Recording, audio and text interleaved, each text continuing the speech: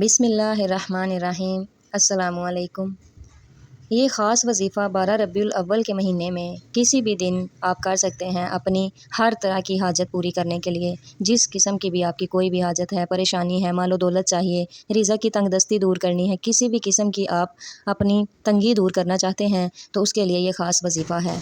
तो वजीफ़ा कुछ यूँ है, इसको करने का तरीका ये है कि इशा की नमाज़ के बाद इस वजीफ़े को करना है। 2 रकात आपने नफल अदा करने हैं। सजदे में सर रख कर 41 बार ये दुआ पढ़नी है। या खबीरू फ़ी अमानिल्लाह, इस दुआ को आपने 41 टाइम पढ़ना है। अव्वल आखिर एक एक बार दरूद शरीफ लाजमी पढ़ें।